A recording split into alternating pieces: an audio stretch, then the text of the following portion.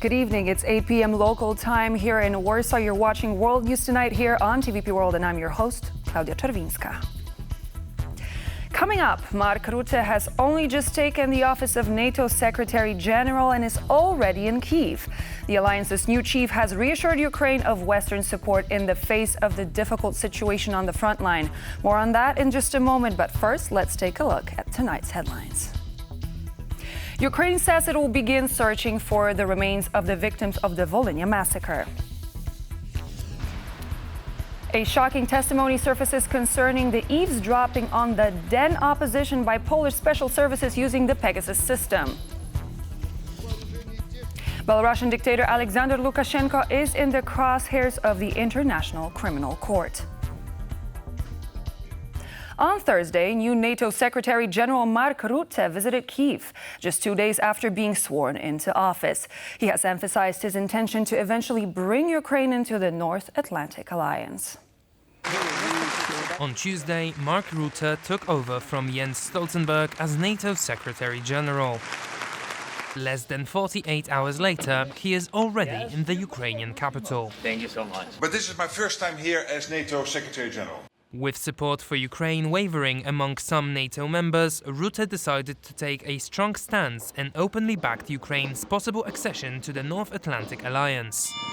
And I think the day will come that Ukraine is a full member of NATO. And let me add to that, if somebody might think otherwise, that Russia on this issue has no vote and no veto. Another Russian airbase located hundreds of kilometers away from the front was struck by Ukraine on Wednesday. Kyiv has been able to conduct more long-range strikes in recent months owing to domestically manufactured drones. Nevertheless, Zelensky is still lobbying for the permission to use Western long-range missiles against Russia. While military support for Ukraine has been massive, so are the needs of the overstretched Ukrainian military. We have discussed with Mark the situation on the battlefield, the areas where the Russian army is pushing the most and the areas where our soldiers are pushing against the enemy. We need a sufficient quantity and quality of weapons, including long-range weapons, a decision on which, in my opinion, our Western partners are delaying. Kyiv's need for the long-range weapons is being showcased every single day. In the early hours of Thursday, Russian aircraft launched bombs at Kharkiv, striking residential buildings. More long-range strikes against Russian air bases could put an end to such attacks. The Ukrainian Institute of National Memory plans to launch a search for the remains of Polish victims who were killed in the Volhynia Massacre by Ukrainian nationalists during World War II. The announcement, which should be welcomed by Poland, is being received with little hope for its implementation. This tragic historical event has cast a long shadow over relations between Poles and Ukrainians. The Volhynia Massacre. The objective of this extremely bloody operation carried out, in particular in 1943, the peak of it was July 1943, was to completely eliminate Polish population from the region of Volhynia. The Polish-Ukrainian spat concerns the issue of exhumations of the Polish victims of the massacre. Many of them had never been properly buried. The resting place of many of them is unknown. The Ukrainian Institute of National Memory has just announced that it intends to start searching for the remains of the Polish victims in 2025. It's a positive signal. However, there is still a lot of time until the next year. This topic comes up in all our talks with the Ukrainian side. It's a positive signal, but we are waiting for further proposals from their side. The move has drawn rather moderate responses. Speaking on Polish radio, the Polish foreign minister confirmed that the entire political class has a united stance on the matter. We do not want to solve this issue to bully Ukraine, but rather to have a Polish-Ukrainian reconciliation, so that our friendship and alliance will not be poisoned by this issue. The matter has been resurfacing in bilateral talks across the years following the fall of communism in both Poland and Ukraine. But the matter of exhumations was never solved. I think we should take example from the people of Rwanda. who 30 years after what happened were able to look at the facts, reconcile and shake hands and move forward. Polish officials from the more conservative wing of the government have warned that if the Volhynia Massacre issue is not resolved, Poland may not support Kyiv's EU accession. We are now moving to Kyiv, where our correspondent Oz Kateji has kept a close watch on the responses to the announcement made by the Ukrainian Institute of National Memory. Good evening, Oz. Do we know what actually prompted this decision from Kyiv? So we know this is something that has been discussed between governments for some time now, between Kyiv and Warsaw. But according to this statement published by the Ukrainian Institute for National Remembrance, this particular motion is happening because of the petitions of private Polish citizens. So it's not just the governmental pressure, it's the pressure from Polish individuals, Polish citizens that have prompted this. So we are expecting this to move forward at some point in 2025 with exhumations in the Rivne Oblast. Now, as was said in the previous segment, there is some of the burial places are unknown. So this requires not just a simple case of going to a place and digging. It requires investigation. It requires resources. It requires tremendous time and a delicate care dealing with those remains. So this is something that is expected to not be resolved quickly, but it is at least something that shows the genuine friendship and alliance between Warsaw and Kyiv on this matter, that there is such a goodwill here to try and move this forward. Little in the way of official reactions here in Kyiv, but you'll understand that with Mark Rutte's visit, eyes and attention here in Kyiv is elsewhere at the moment. Back to you in the studio. Thank you so much. That was Oz Kateji coming to us from Kyiv. Oz, stay safe. The president of the National Bank of Poland, Adam Glapiński, has reportedly given himself 30% pay rise through contract loopholes. The media reports concerning the raise have come only a day after a parliamentary committee questioned the first witnesses against the bank's president. The president of the National Bank of Poland was previously earning more than €200,000 annually. According to media reports, he has now given himself a 30% raise through a series of bonuses. When asked about it during Thursday's press conference on the state of public finances, President Glapiński avoided giving a straight answer. I feel for you that you have to ask questions which you know are based on lies. The president of the National Bank of Poland has no right to give himself any sort of pay raise. But the bigger paycheck is not the biggest headache for Glapiński. On Wednesday, the first out of a total 60 witnesses answered the questions of the Parliamentary Committee on Constitutional Responsibility. The government wants to put Glapiński before the State Tribunal for the mishandling of public bonds and election meddling. He favored not the value of Polish currency, but rather he favored the economic growth.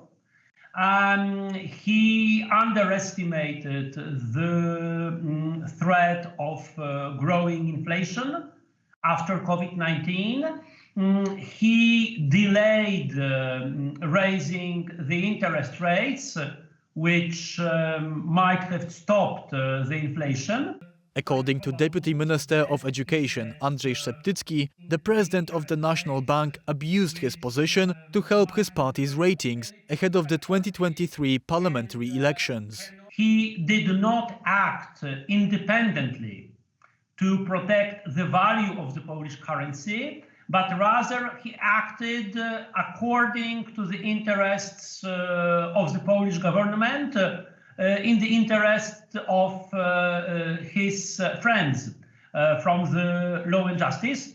The committee investigating Glapiński first wants to question all other witnesses and review the evidence before calling him to the stand. According to committee members, their work should be done in about a year.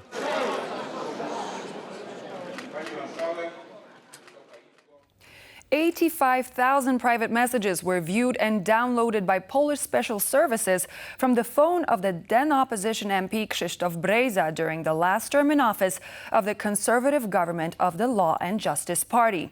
This is only one of many shocking revelations from today's questioning of Brejza's wife, Dorota, by the parliamentary committee investigating the Pegasus scandal.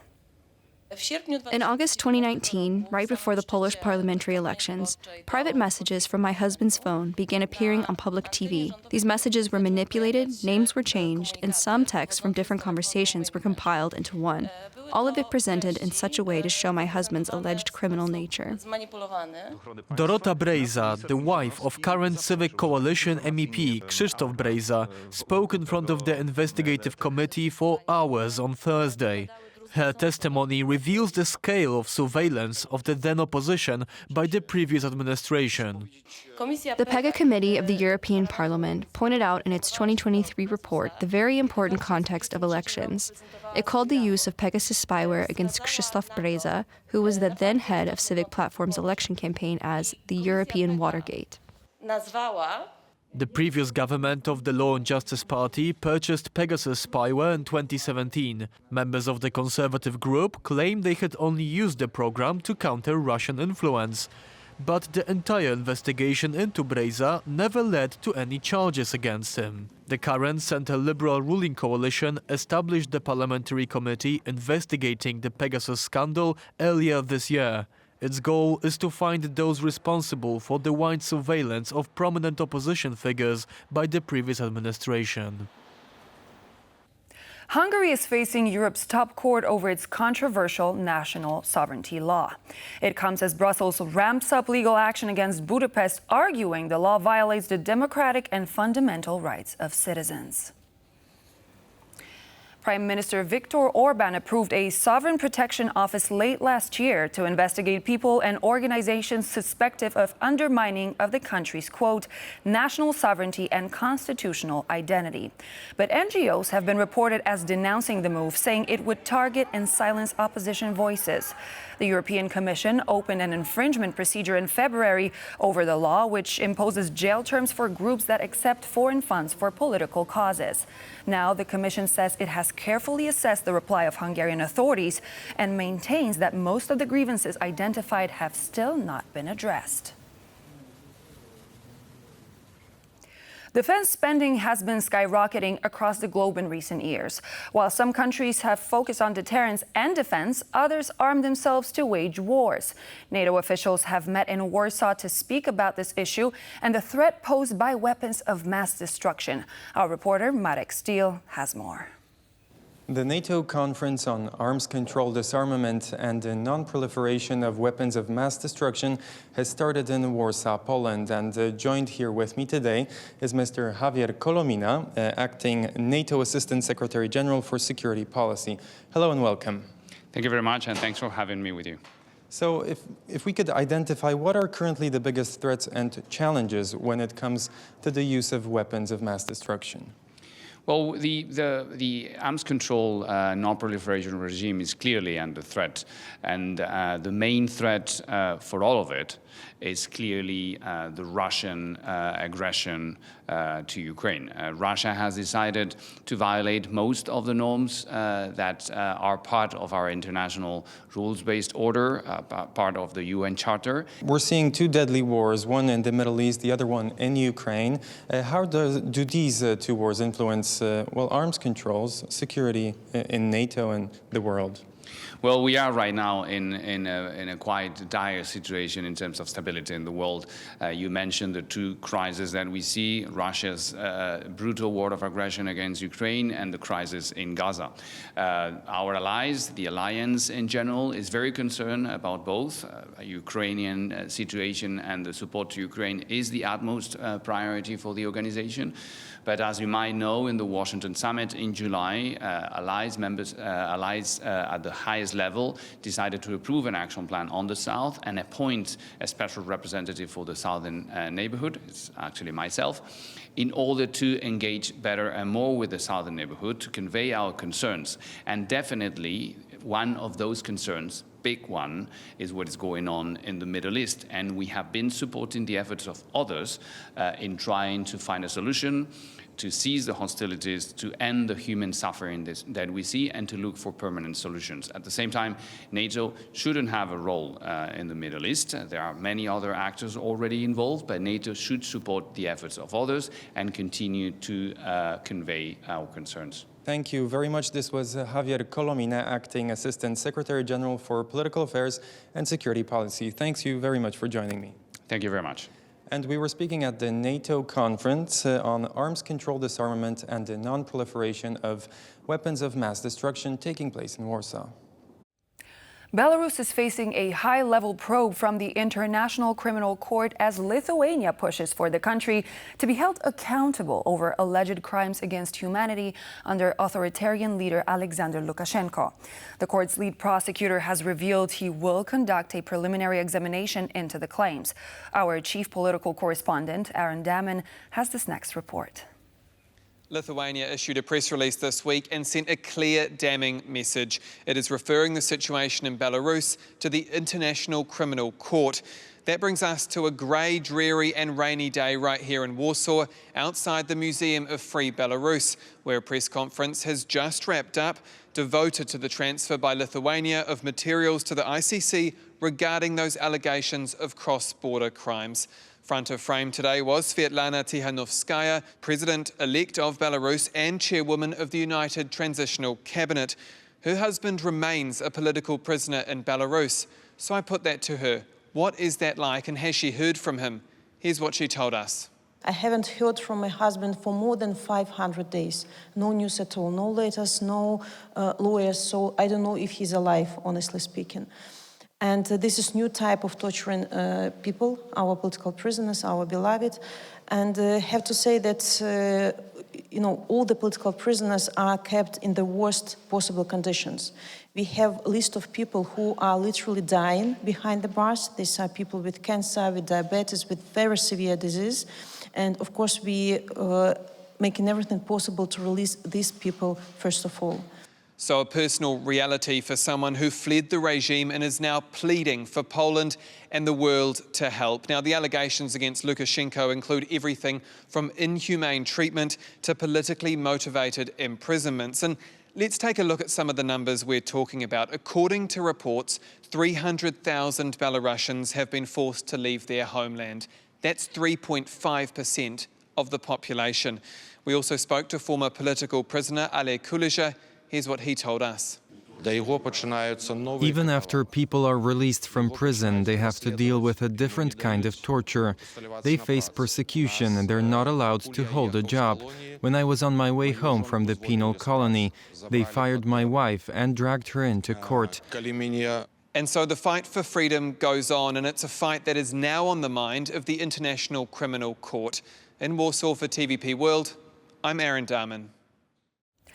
Once considered a solution to all territorial issues in the Balkans, the EU membership for Kosovo could be further and further away as the country continues its disputes with Serbia. At the Warsaw Security Forum, TVP World's Don Arleth spoke with Kosovo's Prime Minister Albin Kurti in an exclusive interview asking about the future of Kosovo's EU accession and the challenges it poses. We are at the Warsaw Security Forum, and I'm pleased to announce my next guest, which is Prime Minister of Kosovo, Albin Kurti. Sir, thank you for joining us here on TVP World, and welcome to Warsaw. Thank you for having me. Now, when we talk about Kosovo, of course, we've all heard that Kosovo aspires to become a European Union member. Kosovo is recognized by 100 countries throughout the world, but 5 EU member states, that is Spain, Greece, Romania, Slovakia, and Cyprus, still do not officially recognize Kosovo. What is the big issue here, and is this going to be fundamental to Kosovo's road to joining the European Union? To be precise, 117 countries do recognize Republic of Kosovo. Okay, thank you. And that means that we have 5 non-recognizers within EU 27, and we have 4 non-recognizers within NATO 33. We hope that this minority of countries will join the majority, and in this way make international recognition of Kosovo even more solid. And definitely we need it in order to become members of both EU and NATO sooner rather than later.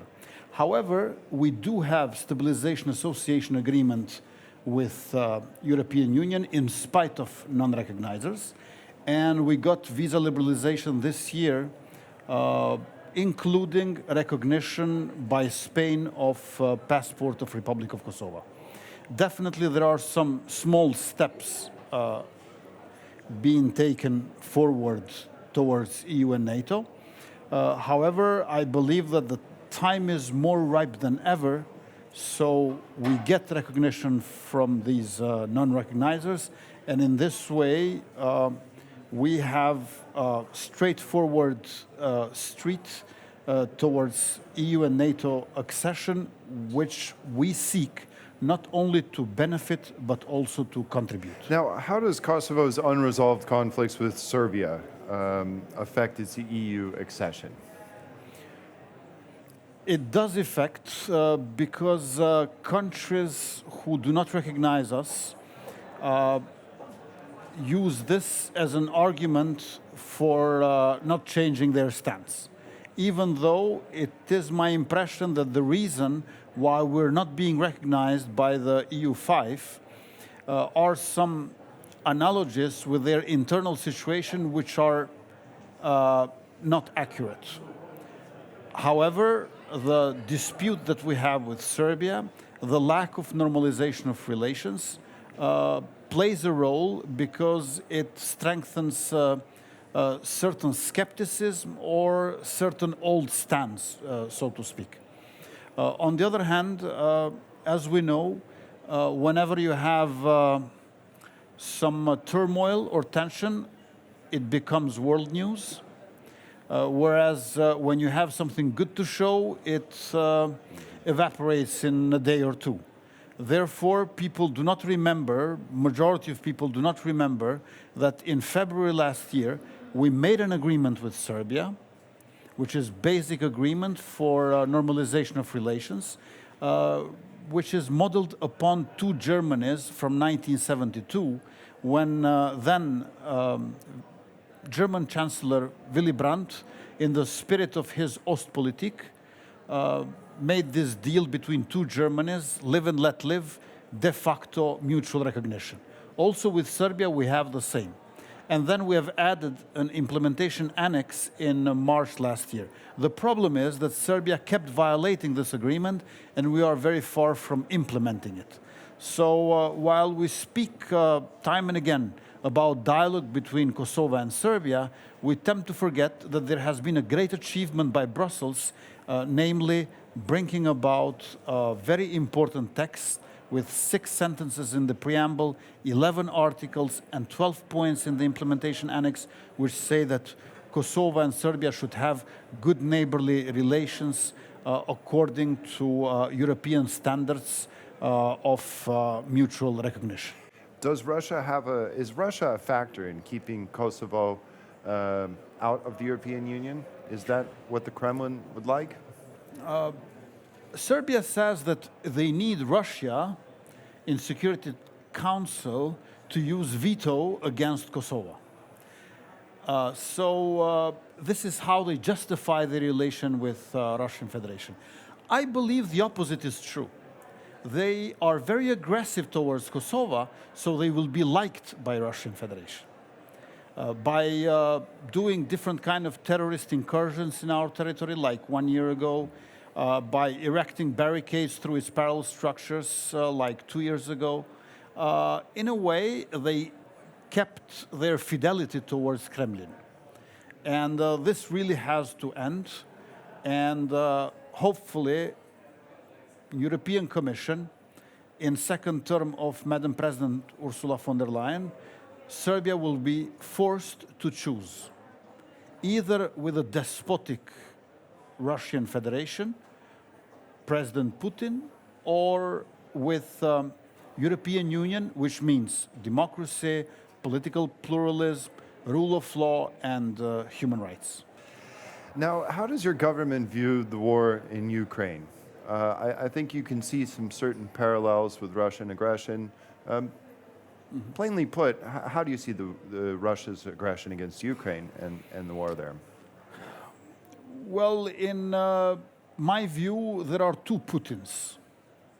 First Putin was nostalgic about Soviet Union. But the later Putin, in contrast to the early Putin, is nostalgic about Russian Empire. We remember very well how Putin was considering that the fall of Soviet Union is the greatest catastrophe of 20th century. He was nostalgic about Sovietic times. But later on, I think he became more into this dark thinking about times even prior to Peter the Great. However, situation deteriorated because this nostalgia was combined with bitterness towards the United States of America and towards West. Russia traditionally, as you know better than me, was anti-Western. But now Russia is anti-European as well. And we don't have any other continent. We have to defend this continent. And Ukraine is doing this. Ukraine is defending the continent of Europe. When we were in elementary school, we learned that in geography, Europe extends till Ural mountain rings. But now we see that actually Europe ends in the front lines of Ukraine with Russian aggressive army. Military aggression, this invasion of Russia, for me, is an expression of this late Putin, nostalgic about medieval times and his bitterness towards the West. However, I would think that with an additional element, and that is something that we should clearly call Russian fascism. You know, our grandparents were suffering from German and Italian fascism. But fascism is not reserved for Germany and Italy. It is a plague that can fall upon every state and people. Our generation is living in the time of Russian fascism. And we should fight with democracy, with sovereignty. We should fight with solidarity of all European nations and states. To that end, Kosovo has made a decision. The other aspect of this liberation struggle of Ukraine is the anti-colonial one. Mm-hmm. We have heard how American Association of Sociologists pointed out that in Donbass and in Crimea, Russian forces are changing the name of the streets and also the monuments, so changing the nomos of the land, which is typical colonial. So this liberation struggle has also this anti-colonial aspect that makes our duty even greater. Prime Minister Albin Kurt, Prime Minister of Kosovo, thank you very much for this conversation. I very much enjoyed it, and thank you for joining us here on TVP World. Thank you. And that concludes this edition of Talks here from the Warsaw Security Forum. Thank you for joining us, and stay with us for more. This was World News Tonight. Thank you for watching. In just a moment, we'll be airing the latest episode of Wider View here on TVP World. Stay with us to see an interview with former Russian Prime Minister Mikhail Kasyanov, hosted by our very own Mateusz Mazzini.